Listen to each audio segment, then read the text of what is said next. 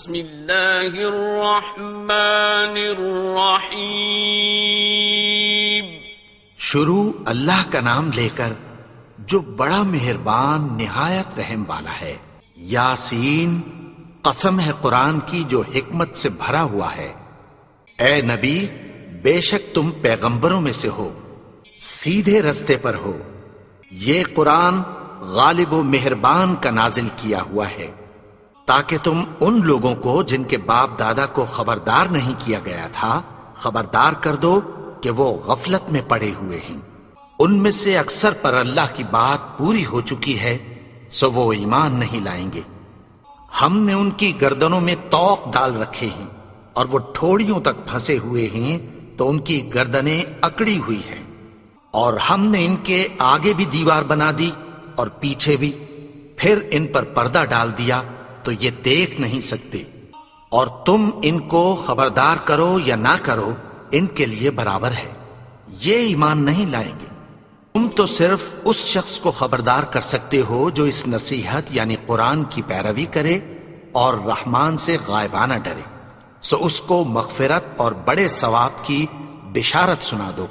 بے شک ہم مردوں کو زندہ کریں گے، اور جو کچھ وہ آگے بھیج چکے اور جو ان کے نشان پیچھے رہ گئے ہم ان کو قلم بند کر لیتے ہیں، اور ہر چیز کو ہم نے کتاب روشن یعنی لوح محفوظ میں لکھ رکھا ہے۔ اور ان سے گاؤں والوں کا قصہ بیان کرو جب ان کے پاس پیغمبر آئے، یعنی جب ہم نے ان کی طرف 2 پیغمبر بھیجے تو انہوں نے ان کو جھٹلایا، پھر ہم نے تیسرے سے تقویت دی تو انہوں نے کہا کہ ہم تمہاری طرف پیغمبر ہو کر آئے ہیں۔ وہ بولے کہ تم اور کچھ نہیں مگر ہماری طرح کے آدمی ہو، اور رحمان نے کوئی چیز بھی نازل نہیں کی، تم محض جھوٹ بولتے ہو۔ انہوں نے کہا کہ ہمارا پروردگار جانتا ہے کہ ہم تمہاری طرف پیغام دے کر بھیجے گئے ہیں، اور ہمارے ذمے تو صاف صاف پیغام پہنچا دینا ہے اور بس۔ وہ بولے کہ ہم تم کو اپنے لیے منحوس سمجھتے ہیں، اگر تم باز نہ آؤ گے تو ہم تمہیں سنسار کر دیں گے اور تم کو ہم سے دکھ دینے والا عذاب پہنچے گا۔ انہوں نے کہا کہ تمہاری نحوست تمہارے ساتھ ہے، کیا اس لیے کہ تم کو نصیحت کی گئی؟ نہیں، بلکہ تم ایسے لوگ ہو جو حد سے تجاوز کر گئے ہو۔ اور شہر کے پرلے کنارے سے ایک آدمی دوڑتا ہوا آیا، کہنے لگا کہ اے میری قوم، پیغمبروں کے پیچھے چلو، ایسوں کے جو تم سے کوئی صلہ نہیں مانگتے اور وہ سیدھے رستے پر ہیں۔ اور میں کیوں اس کی پرستش نہ کروں جس نے مجھے پیدا کیا اور اسی کی طرف تم کو لوٹ کر جانا ہے؟ کیا میں اس کو چھوڑ کر اوروں کو معبود بناؤں کہ اگر رحمان مجھے نقصان پہنچانا چاہے تو ان کی سفارش مجھے کچھ بھی فائدہ نہ دے سکے اور نہ وہ مجھے چھڑا ہی سکیں؟ تب تو میں کھلی گمراہی میں پڑ گیا۔ میں تو تمہارے پروردگار پر ایمان لایا ہوں، سو میری بات سن رکھو۔ حکم ہوا کہ بہشت میں داخل ہو جا۔ بولا کاش میری قوم کو پتہ چل جائے کہ میرے رب نے مجھے بخش دیا اور مجھے عزت والوں میں شامل کیا، اور ہم نے اس کے بعد اس کی قوم پر کوئی لشکر نہیں اتارا اور نہ ہم اتارنے والے تھے۔ وہ تو صرف ایک چنگھاڑ تھی، سو وہ اس سے ناگہاں بجھ کر رہ گئے۔ بندوں پر افسوس کہ ان کے پاس جب کوئی پیغمبر آتا تو وہ اس سے تمسخر ضرور کرتے۔ کیا انہوں نے نہیں دیکھا کہ ہم نے ان سے پہلے بہت سے لوگوں کو ہلاک کر دیا تھا، اب وہ ان کی طرف لوٹ کر نہیں آئیں گے، اور سب کے سب ہمارے روبرو حاضر کیے جائیں گے۔ اور ایک نشانی ان کے لیے زمین مردہ ہے کہ ہم نے اس کو زندہ کیا اور اس میں سے اناج اگایا، پھر یہ اس میں سے کھاتے ہیں، اور اس میں کھجوروں اور انگوروں کے باغ پیدا کیے اور اس میں چشمے جاری کر دیے تاکہ یہ ان باغوں کے پھل کھائیں، اور ان کے ہاتھوں نے تو ان کو نہیں بنایا، تو پھر کیا یہ شکر نہیں کرتے؟ وہ ذات پاک ہے جس نے زمین کی نباتات کے اور خود ان کے اور جن چیزوں کی ان کو خبر نہیں سب کے جوڑے بنائے۔ اور ایک نشانی ان کے لیے رات ہے کہ اس پر سے ہم دن کو کھینچ لیتے ہیں تو اسی وقت ان پر اندھیرا چھا جاتا ہے، اور سورج اپنے مقرر رستے پر چلتا رہتا ہے۔ یہ اس غالب و دانا کا مقرر کیا ہوا اندازہ ہے۔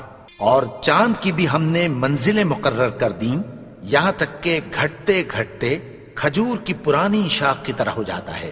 نہ تو سورج ہی سے یہ ہو سکتا ہے کہ چاند کو جا پکڑے، اور نہ رات ہی دن سے پہلے آ سکتی ہے، اور سب اپنے اپنے مدار میں تیر رہے ہیں۔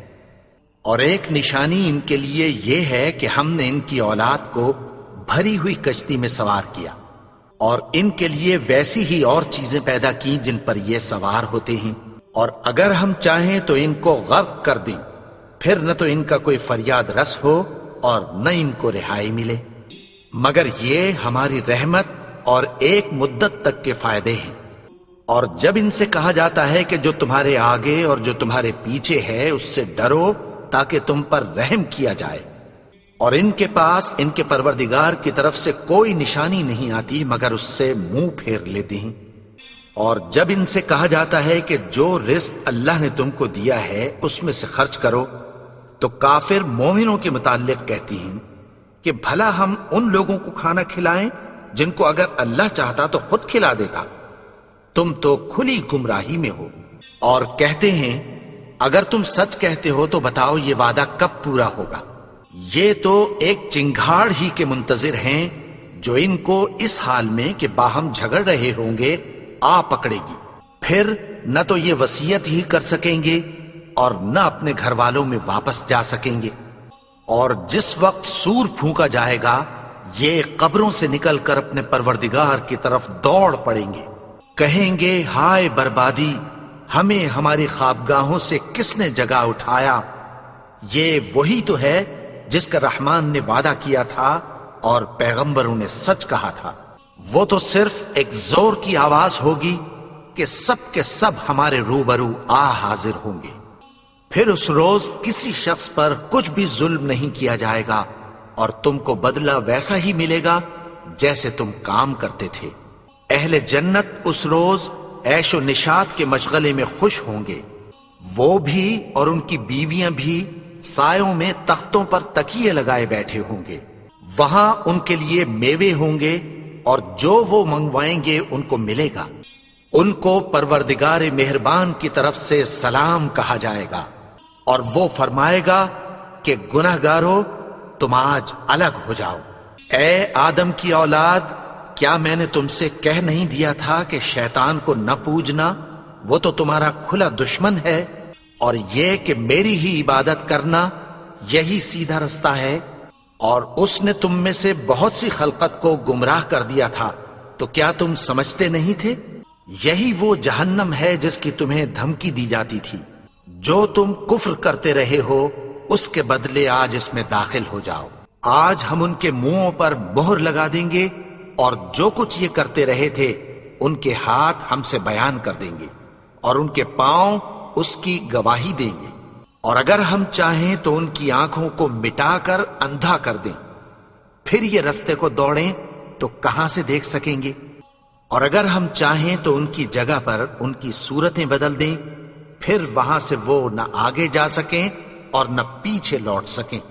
اور جس کو ہم بڑی عمر دیتے ہیں تو اسے تخلیق میں اوندھا دیتے ہیں، یعنی اسے بچپن کی کمزوری والی حالت کی طرف لوٹا دیتے ہیں، تو کیا یہ سمجھتے نہیں؟ اور ہم نے ان کو یعنی اپنے پیغمبر کو شعر گوئی نہیں سکھائی، اور نہ وہ ان کو شایع ہی ہے، یہ تو محض نصیحت ہے اور صاف صاف قرآن ہے، تاکہ اس شخص کو جو زندہ ہو خبردار کرے اور کافروں پر بات پوری ہو جائے۔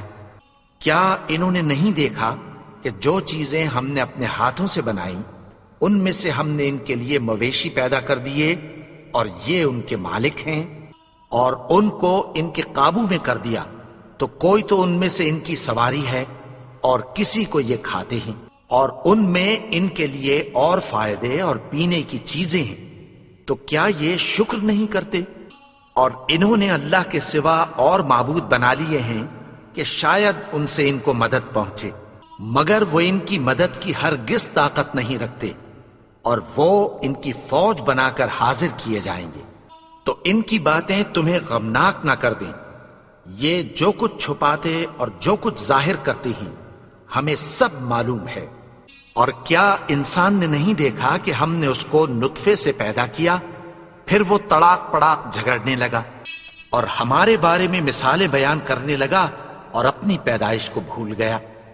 کہنے لگا کہ جب ہڈیاں بوسیدہ ہو جائیں گی تو ان کو کون زندہ کرے گا؟ کہہ دو کہ ان کو وہ زندہ کرے گا جس نے ان کو پہلی بار پیدا کیا تھا، اور وہ ہر طرح کی تخلیق کو جانتا ہے۔ وہی جس نے تمہارے لیے سبز درخت سے آگ پیدا کی، پھر تم اس کی ٹہنیوں کو رگڑ کر ان سے آگ نکالتے ہو۔